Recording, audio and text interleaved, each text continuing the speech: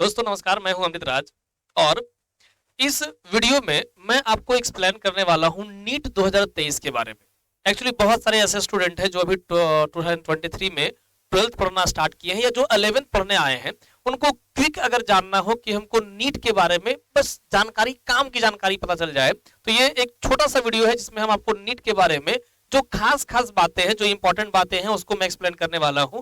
तो वीडियो में आप देख सकते हैं नीट 2023 एग्जामिनेशन पैटर्न को हम लोग जानने वाले हैं इसमें, और ये हम लोग नीट के बारे में जो काम की खास चीजें हैं उसको समझने वाले हैं इस वीडियो में। तो सबसे पहले हम लोग देखते हैं कि इसमें क्या क्या हुआ है। नीट एग्जाम की बात करें, अगर नीट 2023 एग्जाम पैटर्न की अगर बात करें तो देखो ऐसा है कि वैसे तो इसमें नीट एग्जाम में बहुत बार जो है चेंजेस आए हैं, लेकिन इसका जो चेंजेस जो इसमें है बहुत बार किया गया है, लेकिन सबसे जो बड़ा चेंज हुआ था, इंटायर स्ट्रक्चर ही इसका चेंज हुआ था, वो हुआ था 2023 के में।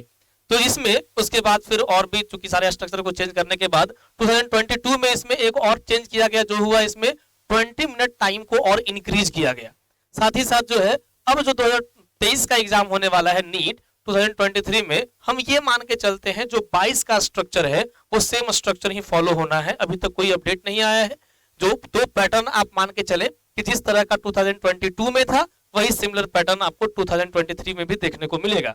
अब पैटर्न क्या होने वाला है, इसके मेन जो हाइलाइट्स है नीट एग्जाम 2023 के पैटर्न का, उस पर हम लोग बात करते हैं। तो सबसे पहले हम लोग देखते हैं इसमें कि क्या क्या डिटेल्स हैं इसके लिए। तो सबसे पहली चीज जो आपको जानना है वो है मोड ऑफ एग्जाम। तो आप ध्यान रखना कि मोड ऑफ एग्जाम सबसे पहले तो ये ऑफलाइन एग्जाम होने वाला है और नीट का। दूसरा, ड्यूरेशन ऑफ एग्जामिनेशन की अगर बात करें तो पहले 3 आवर्स होता था, जबकि अब इसमें 20 मिनट्स और एक्स्ट्रा ऐड हो गया है, तो 3 आवर 20 मिनट का ये होगा। साथ ही साथ अगर टाइप्स ऑफ क्वेश्चन की बात करें तो ये मल्टीपल चॉइस क्वेश्चन जो एमसीक्यूज होते हैं उसी का एग्जाम होना है, तो एमसीक्यूज इसमें रहेंगे। टोटल नंबर की अगर हम बात करें तो नंबर ऑफ क्वेश्चंस की बात करें तो ये 200 होगा, जिसमें 180 क्वेश्चन जो है एप्लीकेबल होंगे फॉर अटेम्प्ट। मतलब 200 क्वेश्चन में से 180 क्वेश्चन को आपको अटेम्प्ट करना है और 20 क्वेश्चन छोड़ना है। कौन से क्वेश्चन छोड़ने हैं, किस तरीके से छोड़ना है, वो भी मैं आगे बताता हूं। अभी यहां समझना कि टोटल मार्क्स कितने होंगे नीट में, तो ये 720 होगा, 720 मार्क्स के होंगे ये।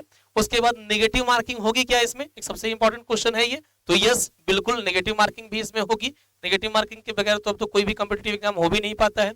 आगे बात करें अगर मार्किंग स्कीम कैसा होगा, तो +4 आपको होगा करेक्ट आंसर के लिए और -1 आपको मिलेगा फॉर इच इनकरेक्ट आंसर। और अगर किसी क्वेश्चन को आप अनअटेम्प्ट छोड़ते हैं, मतलब क्वेश्चन को आप सॉल्व करते ही नहीं, तो वैसे केस में आपको इसके लिए 0 मार्क्स मिलेंगे।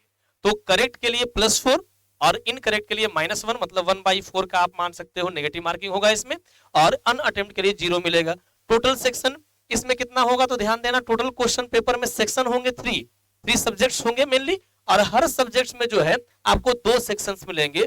सब्जेक्ट 3 होगा और 3 सब्जेक्ट्स में से हर सब्जेक्ट में 2-2 सेक्शंस होंगे।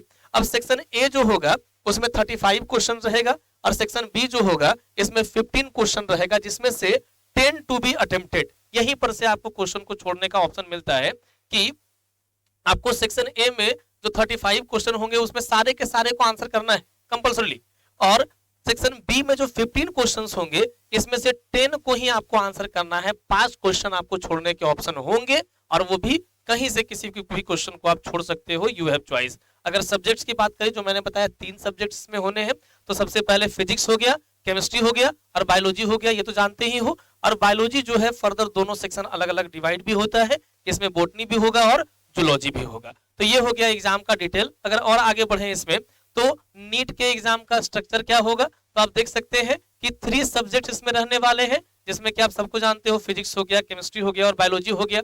बायोलॉजी को फर्दर और 2 पार्ट में हम लोग डिवाइड कर लेते हैं, जिसमें फर्स्ट हो गया बोटनी और दूसरा हो गया जूलॉजी। तो इस तरीके से, और इसके लिए जो मार्किंग है या डिटेल स्ट्रक्चर है वो हम आपको आगे दिखाते हैं कि नीट पेपर में कैसा, क्वेश्चन पेपर में कैसा रहना है। तो देख सकते हैं आप इसमें कि नीट में जो सेक्शन है वो कौन सा होगा, नंबर ऑफ क्वेश्चंस कितने होंगे और टोटल मार्क्स कितने होंगे। तो फिजिक्स में जो सेक्शन ए रहेगा वो 35 क्वेश्चंस होंगे इसमें, और एक क्वेश्चन अगर करेक्ट करते हो तो आपको 4 मार्क्स मिलने हैं। उस हिसाब से आपको 140 मार्क्स का ये सेक्शन ए होगा फिजिक्स का।